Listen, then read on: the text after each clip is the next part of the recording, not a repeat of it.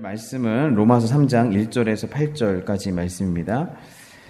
왜 갑자기 목사님 로마서 3장입니까? 예, 이게 갑자기 1장 하다가 3장입니까 했는데 제가 1장 18절부터 쭉 하려다가 이미 저희 그 주일 예배 때 16절, 17절을 이렇게 심도 있게 다루고 1장, 2장이 어떻게 보면 전체 로마서 얘기의 엑기스를 담고 있어서 3장부터 그것을 다시 리바이벌하는 그런 느낌이에요. 리핏하는 느낌이에요. 그래서 저희가 3장부터 수요예배 때 다루시기 시작하다 보면 1장, 2장 강해 설교한 거를 다시 복습하는 느낌이실 거예요. 그래서 1장, 2장은 주일 예배 때 제가 다루고 저희는 이제 3장으로 들어가서 또 뭔가 복습하는 느낌으로 또 공부를 하도록 하겠습니다. 3장 1절에서 8절까지의 말씀입니다. 교독하시겠습니다. 그런즉 유대인의 나음이 무엇이며 할례의 유익이 무엇이냐?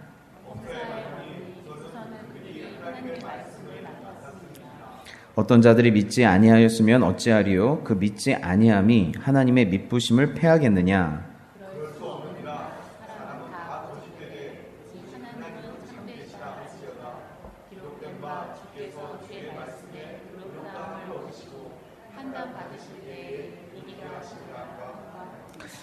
그러나 우리 불의가 하나님의 의를 드러나게 하면 무슨 말하리요? 내가 사람의 말하는 대로 말하노니 진노를 내리시는 하나님이 불의하시냐?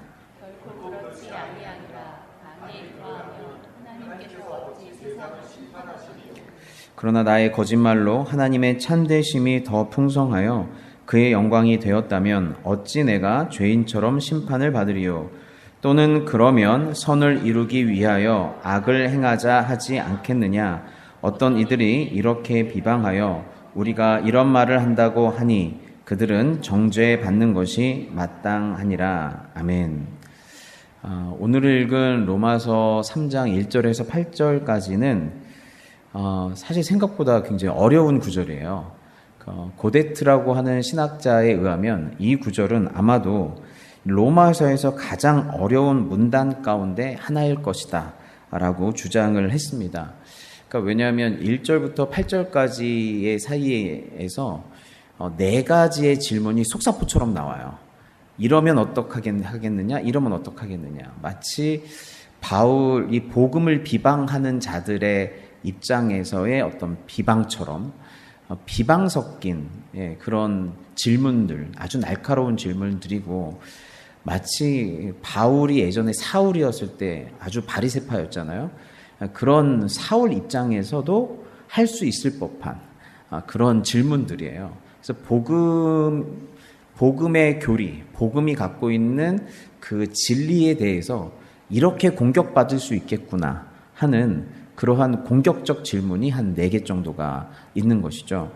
크게는 한 3개 정도입니다. 그래서 이제 이것을 좀 더 여러분이 이해하기 쉽게 그 복음의 언어 로마서라고 하는 책을 쓴 이 박광석 목사님이 이 질문 4가지를 이렇게 좀 더 쉽게 이렇게 요약해 주셨어요.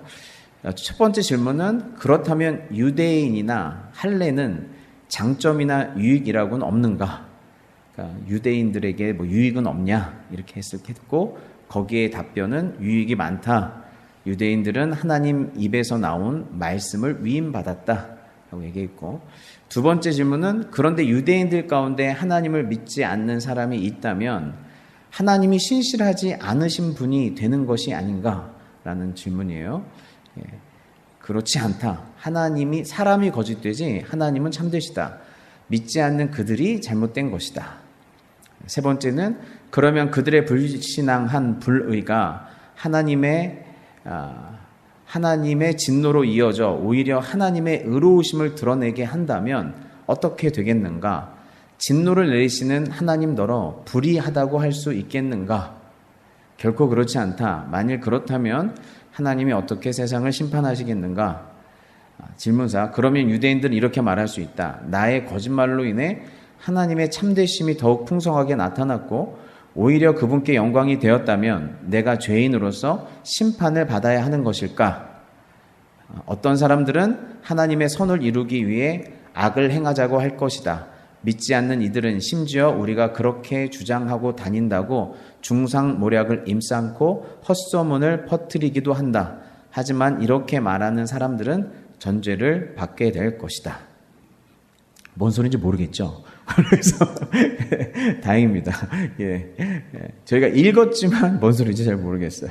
그래서 하나하나, 왜냐하면 이 안에는 굉장히 큰 궤변 같은 것들이 있기 때문에 읽어도 조금 애매한 부분들이 있어요. 하지만 한 번은 직면해야 될 질문들이에요.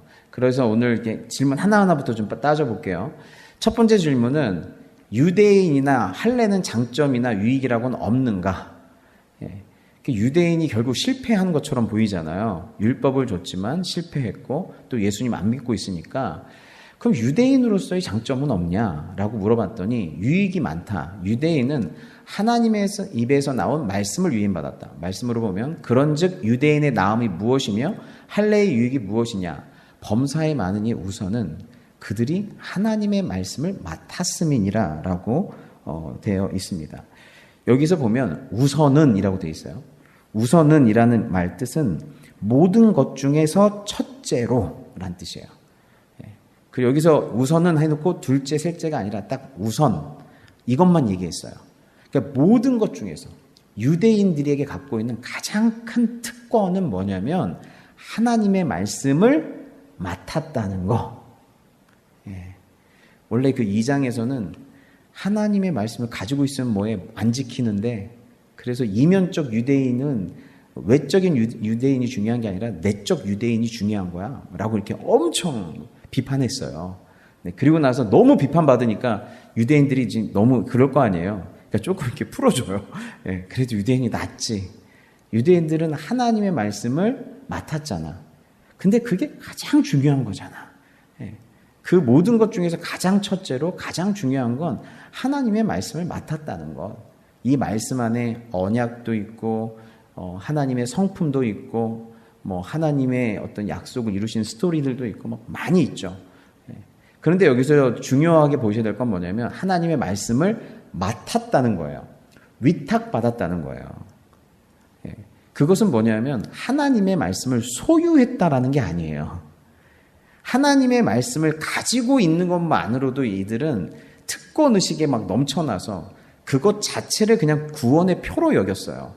근데 그렇지 않다. 하나님의 말씀을 맡았기 때문에 위탁받았기 때문에 중요한 건 말씀을 맡은 자의 책임이에요.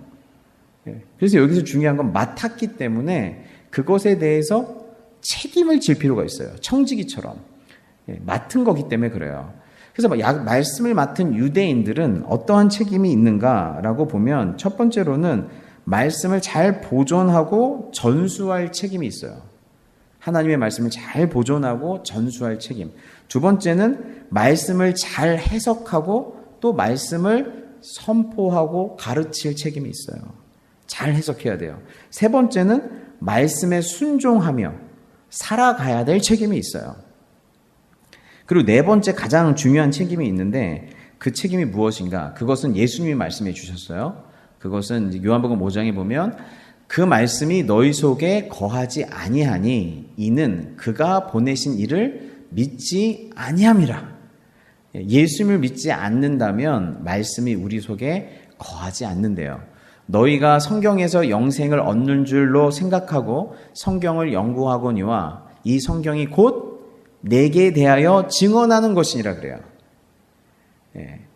그래서 엠마오 도상에 가는 제자들에게 선지서와 율법서와 나온 그 하나님의 말씀 속에서 예수 그리스도가 누구신지를 자기를 가리켜 기록한 것들을 쫙 풀어주셨죠.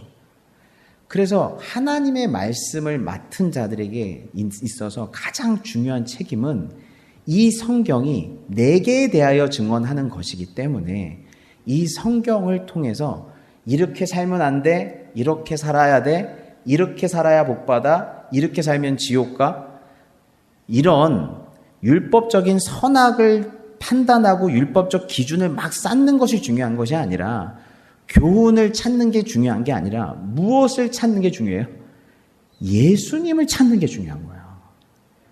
성경 그 이면에 해라 하지 말라라고 하는 그 뭐랄까요? 그런 명령, 그 이면에 계속 흘러가고 있는 창세기부터 말라기까지 계속 흘러가고 있는 주 예수 그리스도에 대한 그 메시아 언약을 찾고 성경을 통해 예수 그리스도를 보는 것, 이것이 성경을 맡은 자의 가장 중요한 책임 중에 하나죠.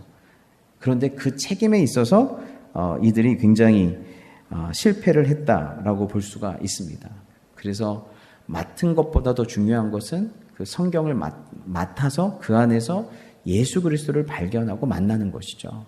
그래서 여러분들이 지금도 열심히 성경 읽기를 하고 또 성경을 통해서 은혜를 많이 받기도 하고 많은 깨달음도 얻으실 텐데, 가장 중요한 것은 성경을 읽으시면서 예수님을 만나시고 그 예수님을 통해서 여러분이 기쁨과 감격을 누리고 교제하고 그러셨으면 좋겠어요. 그리고 나서 두 번째 질문이 있습니다. 두 번째 질문은, 그런데 유대인들 가운데 하나님을 믿지 않는 사람이 있다면 하나님이 신실하지 않으신 분이 되는 것인가? 그렇지 않다. 사람이 거짓되지 하나님은 참되시다. 믿지 않는 그들이 잘못된 것이다. 어떤 자들이 믿지 아니하였으므로 어찌하리요? 그 믿지 아니함이 하나님의 미쁘심을 패하겠느냐?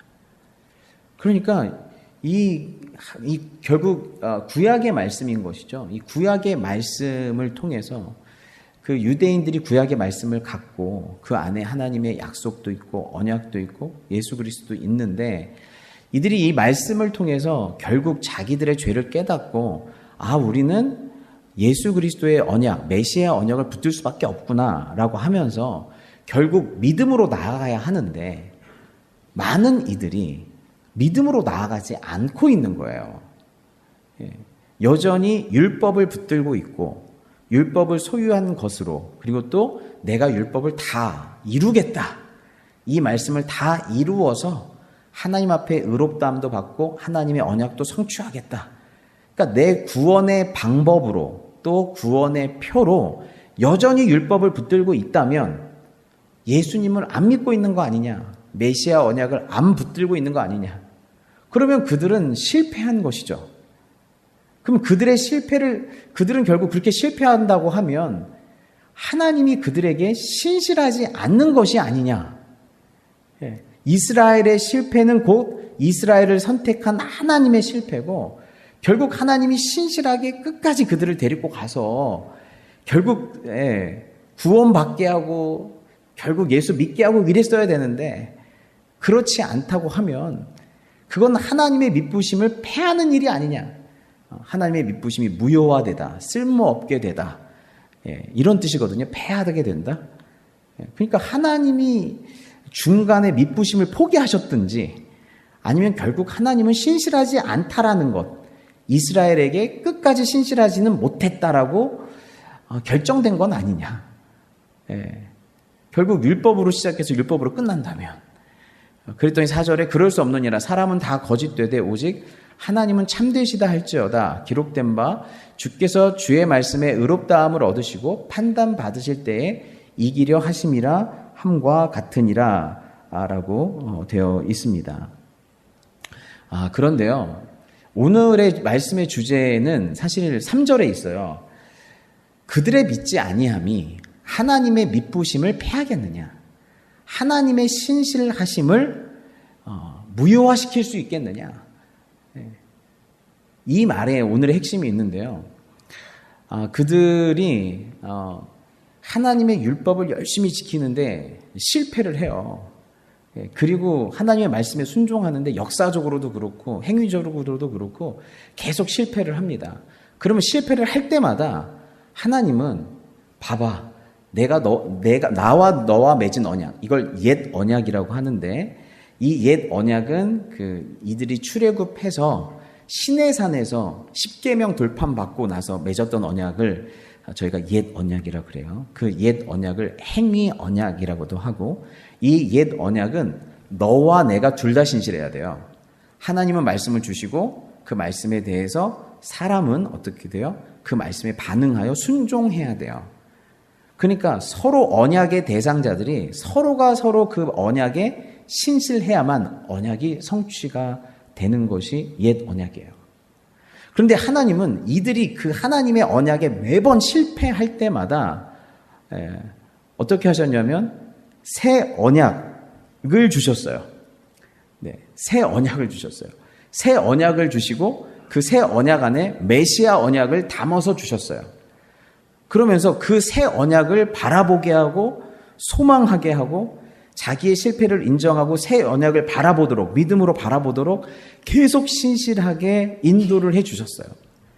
이런 것만 봐도 이스라엘이 실패할 때마다 하나님은 계속 신실하게 새 언약을 준비하시고 더 많이 보여주시고 새 언약으로 이들을 계속 이끌고 있었던 것입니다. 그렇기 때문에 이 새 언약을 붙잡지 않은, 옛 언약에 실패했을 때마다 하나님 보여주신 그 새 언약을 붙잡지 않은 그들이 실패한 것이지, 하나님은 계속 너희들에게 미쁘셨다라고 얘기를 하고 있는 것입니다. 그렇다고 하면 이 새 언약과 옛 언약의 차이를 예레미야를 통해서 조금 더 제가 살펴볼게요. 예레미야 말씀에 보면 여호와의 말씀이니라 보라 날이 이르리니 내가 이스라엘 집과 유다 집에 무슨 언약을 맺는다고요? 새 언약을 맺으리라. 이제 날이 이르면 내가 이스라엘 집과 유다 집에 새 언약을 맺을 건데, 이 언약은 내가 그들의 조상들의 손을 잡고 애굽 땅에서 인도하여 내던 날에 맺은 것과 같지 않다. 그러니까 제가 아까 말씀드렸죠. 출애굽해서 시내산에서 맺었던 언약이 옛 언약이라 그랬잖아요. 그 언약하고 새 언약은 뭐가 다르대요. 같지 아니할 것은 내가 그들의 남편이 되었어도 그들이 내 언약을 깨뜨렸음이라 여호와의 말씀이니라 라고 되어 있습니다. 그래서 이 뭔가 다른, 그럼 뭐가 다를까? 그러면 옛 언약에 대해서 좀 더 구체적으로 보면 신명기 6장 4절에서 9절에 보면 옛 언약이 어떤 것인지 보이는데, 4절에 이스라엘아 들으라 우리 하나님 여호와는 오직 유일한 여호와시니 너는 마음을 다하고 뜻을 다하고 힘을 다하여 내 하나님 여호와를 사랑하라. 그 옛 언약의 핵심, 뭘 지켜라 지켜라 지켜라, 그것의 핵심은 결국 마음과 뜻과 힘을 다하여 내 하나님 여호와를 사랑하는 것이에요. 사랑하는 것인데, 오늘 내가 내게 명하는 이 말씀을 너는 어디에 새기래요? 마음에 새기래요. 주님을 사랑하라고 하는 이 말씀을 마음에 새겨라. 그리고 내 자녀에게 부지런히 가르치며 그 수 없는 율법들을 잘 가르쳐서 그 가르침의 핵심이 사랑이라는 것도 잘 가르치라는 거예요.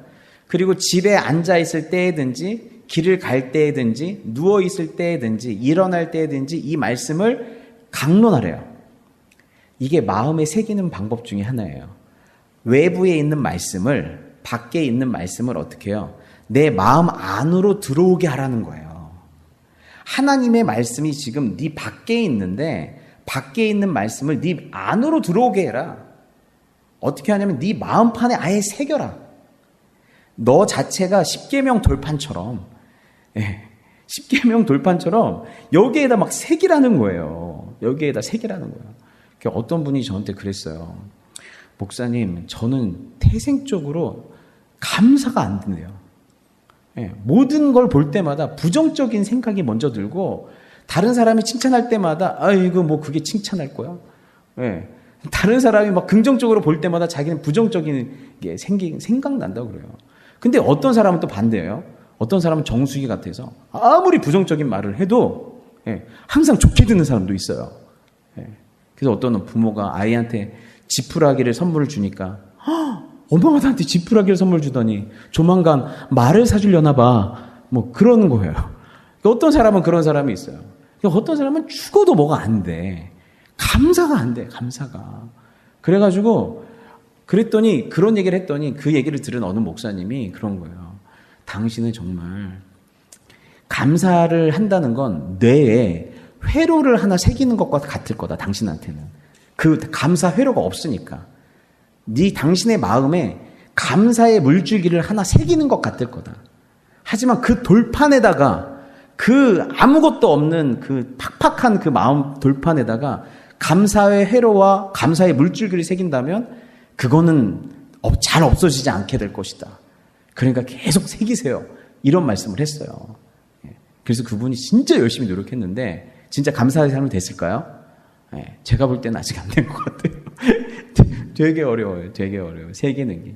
근데 여기 말씀이 뭐냐면요. 하나님의 말씀이 이렇게 귀한데 이 말씀은 네가 몸과 정성을 다해서 사랑해야 될 말씀인데 그 말씀을 마음에 새기라는 거예요. 밖에 있는 걸 내 안으로 들어오게 하라는 거예요. 말씀을 새기기 위해서 부지런히 가르치고 집에 있을 때든지 길에 갈 때든지 누워있을 때든지 일어날 때든지 이 말씀을 막 강론하래요.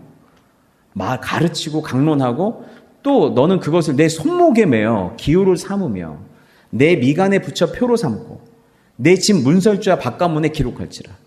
집을 왔다 갔다 할 때마다 들어갔다 나갈 때 할 때마다 계속 말씀이 보이게. 이걸 뭐라고 그래요? 말씀의 내면화라 그래요.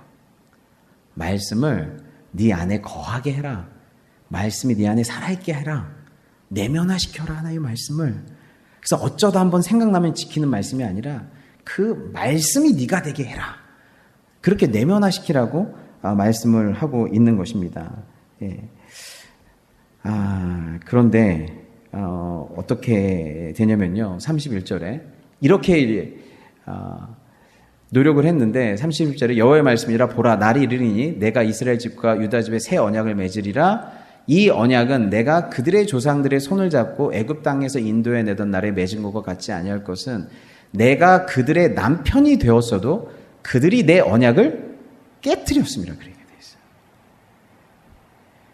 그 언약을 사랑하는 남편이 구원자 되는 남편이 주었던 그 소중한 언약 그리고 마음판에 새기라고 했던 그 언약을 그들이 어떻게 했어요?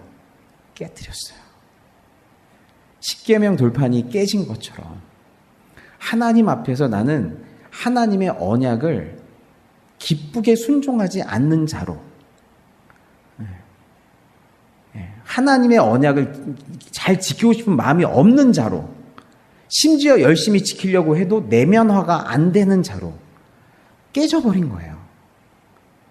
그러니까 하나님의 말씀을 내면화시켜서 마치 말씀이 나고 내가 말씀이 되는 그러한 사람, 하나님을 온 힘을 다해서 사랑하라고 하는 그 말씀을 성취할 수 있는 것이 나한테는 불가능하다라는 거예요. 깨진 거예요.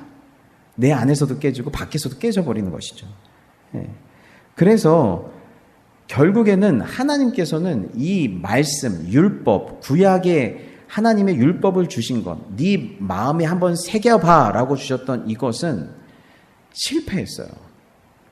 근데 실패가 목적이었어요. 실패가 목적이었어요. 그래서 하나님 입장에서의 성공은 하나님, 제가 아무리 노력해도 마틴 루터처럼 내 안에 말씀을 사랑하는 마음이 없네요. 제 안에 말씀과 내 내면이 싸우면 항상 말씀이 이기는 게 아니라 내 이기적 죄성이 이기네요. 저는 말씀을 새겨 넣을 수 있는 존재가 아니네요. 말씀만 들어오면 부작용이 막 일어나가지고 막 설사하고 구토하는 것처럼 이건 제 체질에 안 맞아요. 말씀대로 사는 거. 그거 아시죠? 체질이 안 맞는 거. 내 체질이 안 맞는 거 먹으면 자꾸 설사하고 이런 거 아니죠? 하나님의 말씀이 인간에게 그렇다는 거예요. 그러니까 하나님의 말씀이 들어오면 이게 내 안에서 계속 깨져요. 못 이루어지는 거예요, 이게. 그런데 그게 율법의 목적이었다는 거예요. 안 되는군요. 율법은 나를 구원할 수 없는 거군요. 실패하라고 주셨다는 거예요. 성공하라고 주신 게 아니라 실패하라고 주셨다는 거예요. 오호라 나는 공고한 사람이로다. 사도행전에서 니네가 예수 죽인 사람이야 했을 때 뭐라고 그래요, 사람들이? 그러면 우리는 어찌할꼬? 베드로님, 우리가 어찌할꼬? 이 어찌할꼬의 탄식이 나오게 하려고 하는 것이 율법의 목적이었다는 것이에요. 그래야만 어디로 가요? 이 하나님께서 준비하신 메시아 언약을 붙들고 실제로 오신 예수 그리스도를 메시아로 붙들고 구원받는 십자가로 나아가게 되는 거예요. 그래서 사실 율법은 십자가로 인도하는 우리의 몽학 선생이다 라고 얘기를 하고 있어요. 그래서 여기 말씀해 보면 갈라디아서 보면 이같이 율법이 우리를 그리스도에게 인도하는 몽학 선생이 되어 우리로 하여금 믿음으로 말미암아 의롭다함을 얻게 하려 함이니라. 믿음이 온 후로는 우리가 몽학 선생 아래 있지 아니하도다. 너희가 다 믿음으로 말미암아 그리스도 예수 안에서 하나님의 아들이 되었대요. 율법이 우리를 어디로 데려가요? 예수 그리스도를 믿는 믿음의 길로 데려가고 결국 믿음으로 하나님의 아들이 되게끔 했다는 거예요. 그렇다고 하면 이 몽학 선생은 이걸 개역 개정에서는 초등교사라고 번역됐는데 사실 둘 다 원어적 의미하고는 달라요. 여기에서 얘기하는 몽학 선생은 원래는 로마에 있는 큰 집의 어떤 종의 역할인데 이 종은 어떤 역할을 하냐면 그 집에 사는 어린아이, 자녀들을 어디로? 학교로 데려가는 어떤 목적지로 데려가는 그러니까 학교로 가는 길에 아이들이 중간에 셀 수 있죠. PC방 갈 수 있고 옛날 같으면 오락실 갈 수 있고 아니면 갑자기 뭐 유괴범이 덮칠 수도 있고 그러잖아요. 그래서 이 아이를 어디로 데려가는 거냐면 학교까지 안전하게 데려가는 역할을 하는 사람이 몽학 선생이에요. 그러니까 이 몽학 선생은 뭘 가르치는 사람이 아니에요. 어디로 데려가는 거예요? 학교까지 데려가는 거예요. 즉 율법이 하는 역할은 뭐냐면 우리를 어디로 데려가게 하는 것이다. 우리를 예수께로 데려가게 하는 일을 하는 거라는 거예요. 십자가의 예수께로 데려가는 일을 하는 거. 그 몽학 선생의 역할을 또 세례 요한이 한 거예요. 그 세례 요한이 길을 예비했다고 그러잖아요. 길을 예비해서 우리로 하여금 예수께로 가는 길을 예비한 사람이라고 그러잖아요. 그리고 나서 세례 요한이 뭐라고 했어요? 이 독사의 자식들아, 너희가 임박할 하나님의 진노를 피할까 보냐 하면서 모든 사람을 죄로 정죄했어요. 예수의 십자가로 가는 길은 그래서 기쁨과 감사의 길이 아니에요. 정죄와 실패와 절망 속에서 십자가를 만나는 거예요. 하나님, 아담이 제 모습이고요. 아벨과 가인 중에 여러분 누구라고 생각했어요? 늘 나는 당하는 아벨이라고 생각했죠. 근데 가인이 여러분의 모습이에요. 가인이 우리들의 모습이에요. 하나님이 다 쓸어버릴 수밖에 없었던 그 네피림들, 거인 되려고 했던 사람들이 우리의 모습이에요. 형을 속여서라도 장자권을 취하려고 했던 야곱이 우리들의 모습이에요. 그런 인생 속에서 하나님의 말씀 앞에서 철저히 죄인으로 발각되어지는 그 순간에 율법이 자기 역할을 하는 거예요. 그러면서 어떻게 해요? 우리를 어디로 데려가요? 십자가로 데려가는 거. 이게 몽학 선생의 역할인 것입니다. 그래서 그러면서 이제 이 새 언약, 이 옛 언약은 그래서 우리로 하여금 죄를 깨닫게 하는 그런 일들을 하지만 그럼 새 언약은 우리에게 그러면 어떤 일을 하는가? 33절에 보니까 그러나 그날 후에 내가 이스라엘 집과 맺을 언약은 이러하니 곧 내가 나의 법을 그들의 속에 두며 그들의 마음에 기록하여 나는 그들의 하나님이 되고 그들은 내 백성이 될 것이라. 여호와의 말씀이니라. 여기서 놀라운 건 뭐냐면 내가 나의 법을 그들 속에 어떻게 한대요? 그들 속에 둔대요. 이게 가장 큰 차이점 중에 하나예요. 우리는 하나님의 법을 내 안으로 내가 가지고 오려고 무진장히 했었죠. 그 법을 내 마음에 새기려고 신명기에서 무진장히 했었죠. 됐어요? 안 됐어요? 안 된 거예요. 깨진 거예요. 내가 내면화하려고 하면 안 돼요. 그런데 그분이 내 안으로 오신대요. 하나님의 법, 하나님의 말씀이 내 속에 그냥 거하게 된대요. 그리고 나서 내 마음 속에 그 말씀이 기록되기 시작된대요. 말씀에 기록하여 그들의 마음에 기록된대요. 여러분, 이게 너무 큰 차이예요. 하나님의 말씀을 내가 이루는 게 아니라요. 말씀이신 그분이 내 안에 거하셔서 그 말씀을 이루신다는 거예요. 말씀을 이루는 주체가 내가 아니라 그분이시라는 거예요. 그분이 내 안에 오시는 거예요. 여러분, 우리 예수 그리스도를 하나님의 진리라고 그랬고 하나님의 말씀이라고 그랬죠. 예수님을 영접한 순간 하나님의 말씀이신 예수님이 여러분 안에 거하게 되시는 줄 믿습니다. 그 안에 거하셔서 말씀을 뭐예요? 기록하기 시작해요. 이게 참 너무 은혜스러운 일이에요. 우리 속에 말씀이 거하셔서 이제 이 말씀이 우리 속에 기록되기 시작해요. 하나님의 말씀이신 예수님에 의해 예수님처럼 생각하기 시작하고, 말씀이신 예수님에 의해 생각하기 시작하고, 말씀이신 예수님의 마음을 품기 시작하고, 말씀이신 예수님의 삶을 의지적으로 기쁘게 실천하는 일들을 하기 시작하는 거예요. 그걸 뭐라고 그래요? 말씀이 기록됐다라고 그래요. 우리 안에서 예수님의 생각으로 우리를 채우시기 시작하고, 예수님의 마음으로 우리를 채우기 시작하고, 예수님의 의지 가운데에서 우리를 인도하기 시작하시는 거예요. 그래서 너희는 그리스도 안에서 예수님의 편지라고 그러잖아요. 고린도 성도들을 향해서. 너희를 통해서 예수님의 말이 읽히고 마음이 읽힌다고 그러잖아요. 그게 뭐냐면 예수님이 우리 안에서 그 말씀을 내면화시키시는 거예요. 성육화시키시는 거예요. 예수님의 마음으로 말하게 하시고, 예수님의 눈으로 바라보게 하시고, 예수님의 손발이 되어 행하게 하시는 것. 이게 새 언약에 주는 하나님의 신실하심이에요. 하나님이 우리 안에 말씀으로 거하기 시작하신다는 거. 그리고 그 말씀이 우리 가운데 생각과 마음과 의지에 담겨서 기록되기 시작한다는 거. 예. 좋으신 거죠? 그래서 정말 더 많이 기록됐으면 좋겠어요. 정말 예수님의 생각으로 저를 완전 채우셔서, 예, 그분이 내 가운데, 예, 완전히 저를 그냥 돌판 삼아, 예, 예수님께서 그렇게 말씀이 계속 기록됐으면 좋겠어요. 예수님이. 그리고 나서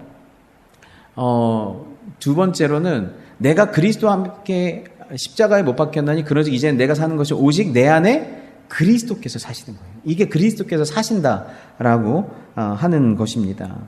그리고 34절 말씀에 보면 두 번째로 그들이 다시는 각기 이웃과 형제를 가르쳐 이르기를 너는 여호와를 알라 하지 아니하리니 이는 작은 자로부터 큰 자까지 다 나를 알기 때문이래요. 새 언약에서는 이웃과 형제를 가르쳐 이르기를 너는 여호와를 알라 하지 아니하리니 작은 자로부터 큰 자까지 다 나를 안대요. 구약의 율법은 누가 가르쳐 줘야 돼요. 제사장이 가르쳐 주든 율법 교사가 가르쳐 주든 누가 가르쳐 줘야 돼요. 그런데 가르쳐 주기 전에 뭘 안 돼요. 그거는 뭐예요? 우리 안에 누가 역사하기 시작한 거예요. 말씀이 우리 안에 거하시고 또 우리 안에 뭐예요? 보혜사 성령께서 역사하신 거예요. 보혜사 성령께서 오시면 그가 나를 증언할 것이다. 알게 해줄 것이다. 깨닫게 해주실 것이다. 그래서요, 주님의 성령이 역사하셔야 어떻게 해요? 풍성하게 역사가 되기 시작하는 거예요. 주님이 알게 해주시는 거예요. 제가 이번 주 주일 성찬식을 끝나고 좀 놀랬던 건 뭐냐면 성도님들이 성찬식의 은혜를 많이 받았다는 거예요. 정말 이번 성찬식은 너무 은혜가 됐다는 거예요. 그럼 제가 더 놀란 거예요. 왠 줄 아세요? 제가 이번에 여기서 성찬식 2번 했잖아요. 2번 했는데 처음 했을 때 성찬식 기억나세요? 처음 했을 때 성찬식 멘트랑 거의 똑같은 멘트예요. 거의 똑같은 멘트를 했는데 두 번째 때는 이건 뭔가 너무 새롭다는 거야. 난 그게 더 놀라운 거야. 난 똑같은 걸 해가지고 지겨운데 뭐 멘트 좀 바꿔주시죠 그럴 줄 알았어. 네. 근데 여러분 뭐가 바뀐 거예요? 제 멘트는 하나도 안 바뀌었어요. 여러분이 바뀐 거예요. 여러분 안에 복음이 풍성히 거하니까 풍성한 복음 가운데에서 성령이 더 마음껏 역사하시는 거예요. 그러니까 예수 그리스도를 증거하고 예수 그리스도에 대한 말씀이 쌓이기 시작하면 성령께서 더 풍성하게 역사하기 시작하는 거예요. 그래서 그 어떠한 말씀이 여러분에게 힘을 주질 않아요. 예수를 아는 지식, 예수님에 대한 경험, 예수님에 대한 믿음, 그것이 믿음의 대상이신 그분이 여러분을 바꾸고 그분이 여러분을 평안하게 하고 그분이 여러분을 풍성하게 하고 그분을 통해 성령님이 역사하시는 줄 믿습니다. 예. 어린아이부터 아이까지 얘기할 필요가 없어요. 성령을 통해서 역사하시는 새 언약은 성령을 통해서 역사하시는 하나님의 신실하심이에요. 성령을 통해서 역사하시는. 그리고 내가 그들의 악행을 사하고 다시는 그 죄를 기억하지 아니하리라 여호와의 말씀이래요. 옛 언약은 죄를 지면 빨리 어린 양 잡고 그렇지 않으면 뭐예요? 하나님의 심판이 임해요. 그런데 새 언약은 어떻게 해요? 계속적으로 하나님의 용서의 은혜가 있어요. 그들의 악행을 사하고 다시는 그 죄를 기억하지 아니하리라. 계속 하나님의 어떤 은혜가 있어요? 용서하시는 은혜, 긍휼히 여기시는 은혜가 계속 작동돼요. 이게 새 언약에서 작동되는 하나님의 신실하심이에요. 그런데 너희는 어찌하여서 새 언약에 하나님의 미쁘심이 없다고 얘기할 수가 있는가? 하나님의 신실하심이 얼마나 많이 나타나는지 몰라요. 하나님의 말씀을 기록하심으로, 우리를 용서하심으로, 우리 가운데 성령 가운데 역사하심으로 계속 하나님의 신실하심이 나타나고 있는 것이죠. 근데 이렇게 하나님의 신실하심이 계속 나타나니까 어떤 질문이 생기기 시작하냐면, 아, 그래요? 우리의 불순종에도 불구하고 하나님은 신실하신 거군요. 네. 그리고 심지어 우리의 불순종과 죄악을 사하시고 용서하시고 그런 우리를 이렇게 은혜를 베푸시는 그분의 의가 우리의 불순종 때문에 드러나기 시작한다면 우리는 하나님의 영광의 도구 아닙니까? 그리고 또 한 가지, 그렇다고 한다고 하면 우리는 결국 하나님의 신실하심이 모든 걸 다 이룬다고 하면 그럼 우리는 마음껏 살아도 되겠네요. 막 살아도 되겠네요. 네. 왜 우리가 낮엔 해처럼 밤에 달처럼 살아야 합니까? 살았으면 막 살아도 되는 거지. 이런 질문을 할 수 있다라는 거예요. 그래서 실제로 세 번째 질문과 네 번째 질문이 다 그 질문이에요. 그래서 말씀에 보면 여기 보시면 세 번째 질문이 네 번째 질문만 볼게요. 그러면 유대인들은 이렇게 말할 수 있다. 나의 거짓말로 인해 하나님의 참되심이 더욱 풍성하게 나타났고 오히려 그분께 영광이 되었다면 내가 죄인으로 심판받아야 하는 것일까? 내 죄 때문에 하나님의 영광이 나타났다면, 하나님의 신실하심이 나타났다고 하면 제가 하나님의 영광의 도구가 되는 거 아닙니까? 그리고 우리는 막 살아도 되는 거 아니에요? 다 은혜라고 이러면? 예. 여러분 그런 의문이 드십니까? 제가 복음에 대해서 설교를 할 때마다 정말 전적인 하나님의 은혜구나. 하나님의 구속과 우리의 보속, 우리가 그 구속을 더 보탤 필요가 없구나. 그건 더러운 의구나. 결국 주님을 믿음으로 다 되는 거구나. 그러면 난 뭐지? 그러면 뭐 막 살아도 되나? 자유하게 살면 되나? 이런 의문이 들어야 맞아요. 사실. 그래서 로이더 존스 목사님이 어떤 말을 했냐면요. 이건 참 되게 대단한 말인데요. 오직 은혜로 말미암는 구원의 복음을 참되게 전하면 반드시 그 복음이 방종, 반율법주의, 율법 다 필요 없어. 이로 오해될 가능성이 뒤따릅니다. 누군가가 은혜로만 구원을 받았으니 무엇을 하든 상관없다. 죄를 더 지을수록 은혜가 더 빛난다고 오해할 여지가 생기느냐가 신약 복음을 제대로 전하고 있는지의 가장 좋은 시험입니다라고 되어 있어요. 그 무슨 얘기냐면 은혜로만 구원을 받았으니 우리는 무엇을 하든 상관이 없고 죄를 지을수록 은혜가 더 빛나는 거 아닙니까? 라고 질문을 던져야 복음을 제대로 전한 거래요. 이런 질문을 던져야만 한대요. 예. 복음은 전적인 주님의 신실함이니까 이런 의문을 던져야만 한다는 것이에요. 그리고 이 의문 앞에서 우리가 다시 복음 앞에 서야 된다는 거예요. 예. 예. 그래서 만일 내 복음 설교가 그런 오해에 노출되지 않는다면 나는 복음 설교를 한 게 아닙니다. 라고 로이드 존스 목사님은 얘기를 하고 있는 것입니다. 예. 그러면 우리가 모든 것이 하나님의 은혜이고 그리고 하나님의 신실함에 의해 다 진행되는 것이라고 하면 우리는 막 살아도 되는가? 그거에 대해서 6장에서 이렇게 얘기해요. 그런즉 우리가 무슨 말 하리요? 은혜를 더하게 하려고 죄에 거하겠느냐? 내 죄로 인해서 이런 나를 용서하시는 하나님의 의, 이런 나를 용서하시는 하나님의 사랑, 또 죄를 범했는데도 나를 품으시는 주님의 긍휼. 그러니까 나는 더 죄를 범해야 하나님의 사랑이 더 높게 영광받지 않겠는가? 이렇게 살고 싶은 마음. 그런즉 우리가 무슨 말을 하리요? 은혜를 더하게 하려고 죄에 거하겠느냐? 근데 뭐래요? 그럴 수 없느니라 이렇게 돼 있어요. 죄에 대하여 죽은 우리가 어찌 그 가운데 더 살리요? 무릇 그리스도 예수와 합하여 세례받은 우리는 그의 죽으심과 합하여 세례받은 줄을 알지 못하느냐? 죄를 맘껏 짓고 내 중심적으로 살려고 하는 그 나는 예수 그리스도를 믿는 순간 어떻게 됐대요? 그 내가 죽었대요. 그럴 수 없다라고 그러는 거예요. 그 이유는 뭐냐면 우리가 예수님을 영접한 순간 하나님의 말씀이 우리 안에 거하기 시작해요.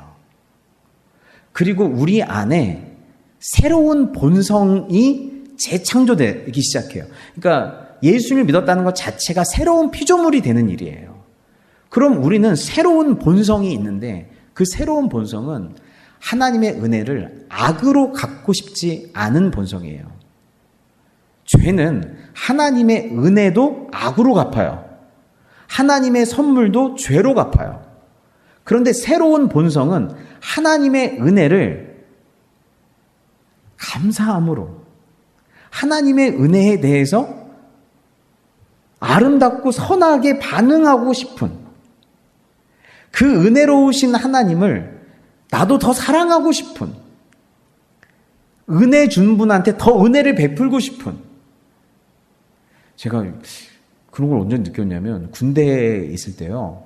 저가 한 2년 늦게 갔거든요. 그래서 다 제대하는 사람 제가 2등병으로 들어왔는데 제 나이 사람들은 다 제대했어요. 그러면서 저한테 사람들이 상병, 일병이 그랬어요. 임형이라고 불렀어요. 임형, 왜냐면 제가 나이가 많으니까. 그리고 계속 저한테 욕을 했어요. 임형하고 계속 욕하고 때리고 차라리 형이라고 하지 말고 때리면 안 될까요? 임형이라고 하고 욕하고 때리고 그랬단 말이에요. 그런데 저를 막대하는 사람들한테는 그냥 그래요. 그런데 한 번은 저한테 너무너무 잘해주는 선임병이 있었어요. 근데 그분이 너무너무 잘해줬는데 제 실수로 그분이 욕을 먹게 된 거예요. 그분이 욕을 먹게 된 거예요. 그러니까 제가 어떻게 됐냐면 그냥 가만히 있을까? 그게 아니라 나를 너무너무 나에게 잘해줬던 그분이 나 때문에 욕을 먹게 되니까 나도 모르게 제가 했습니다. 제가 나쁜 놈입니다. 제가 바보입니다. 저를 욕해 주십시오. 이렇게 되는 거예요. 네. 그러니까 제가 보니까 그러면서 나한테 잘해주는 사람한테 내가 실망시켜드리고 싶지 않은 나한테 사랑을 준 사람에게 내가 그분에게 더 사랑을 주고 싶은 그런 마음이 있다는 게 너무너무 신기한 거예요. 네. 나한테 뭐 잘 못해준 사람한테는 뭐 그런 게 없지만 그런데 어떤 거예요? 우리 안에 새로운 본성은 하나님이 베푸신 은혜를 감사함으로, 변화됨으로, 그분의 기쁨으로 반응하고 싶은 새로운 본성이 있는 거예요. 반응하고 싶은. 그리고 그 본성 안에서 성령께서 계속 역사하고 있는 거예요. 역사하고 있는 거예요. 그래서 죄를 똑같이 져도 이 죄 때문에 내가 지옥 갈까봐 죄를 안 지는 게 아니라 이 죄로 인해서 하나님의 마음을 아프시게 할까봐 죄를 안 짓는 거예요. 그분과의 친밀감을 암속에서 멀어질까봐 죄를 안 짓는 거예요. 제가 최대한 나이 들수록 아내한테 죄를 안 지으려고 해요. 왜냐하면 밥을 안 해줄까봐가 아니에요. 라면 먹으면 돼요. 예. 왜냐하면 좋은 친밀감이 있을수록 이 친밀감이 깨지는 게 너무 힘든 거예요. 사랑의 관계를 깨트리는 게 너무 힘든 거예요. 마찬가지예요. 우리 안에는 그렇게 된 거예요. 이제 그분을 무서워서 사랑한 게 아니라 이제 자유함 속에서 사랑하기 시작하게 된 거예요. 그래서 그럴 수 없게 됐어요.